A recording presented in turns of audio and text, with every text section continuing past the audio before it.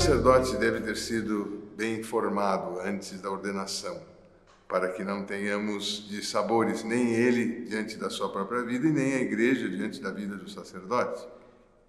Então é necessário que ele tenha um acompanhamento espiritual que é dado pelo aquilo que chamamos de diretor espiritual, que não é um formador de robôs teleguiados, mas de pessoas de critério. O que ele deseja é formar os seus dirigidos num critério de santidade, de sempre escolherem a vontade de Deus. O critério é isto: poder divisar qual é a vontade de Deus e escolhê-la, abraçá-la.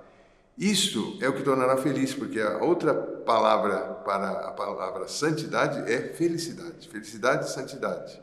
E ambas se dão na fidelidade dos caminhos de Deus.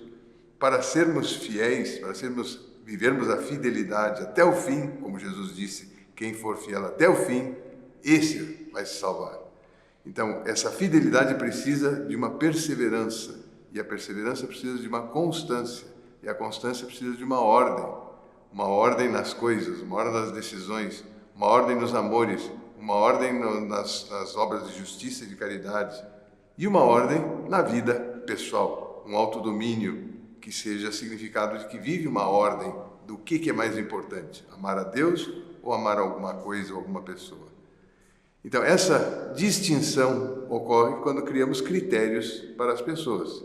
O diretor deve procurar isso, que as pessoas sejam de critérios e que saibam resolver sua vida. Não é escravizá-las, torná-las dependentes do diretor. Ao contrário, torná-las cada vez mais livres, porque o diretor não manda, não deve mandar. Ele deve apenas aconselhar, dar a sua opinião. Quem decide é o dirigido.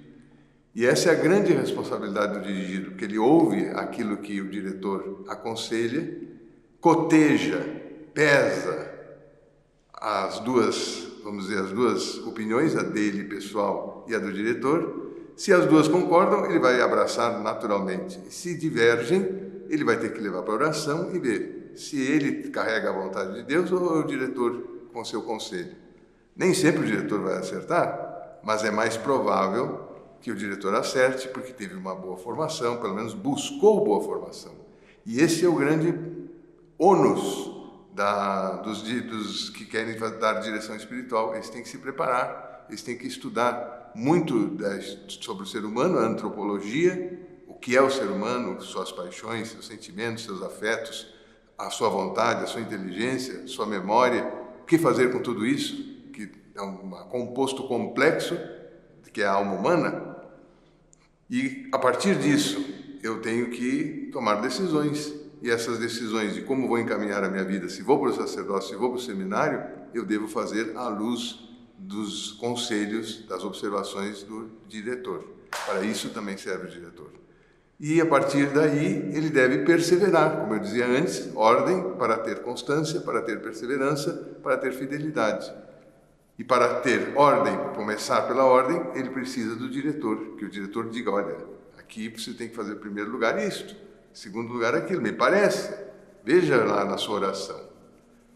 Porque a vocação é algo sobrenatural, é uma revelação pessoal que a pessoa recebe e que por isso só ela vê. Ninguém vê a não ser o vocacionado. Só Deus e o vocacionado entendem daquela vocação específica. E às vezes a pessoa vê algo errado, por isso muitas vezes desiste. Desiste porque pensou que tinha visto alguma coisa, quando na verdade tinha visto mesmo. Só que Deus exige muitas vezes abnegação, negar-se, exige amor a próprio Deus acima de todas as coisas. Isso nem sempre é tão fácil de levar adiante.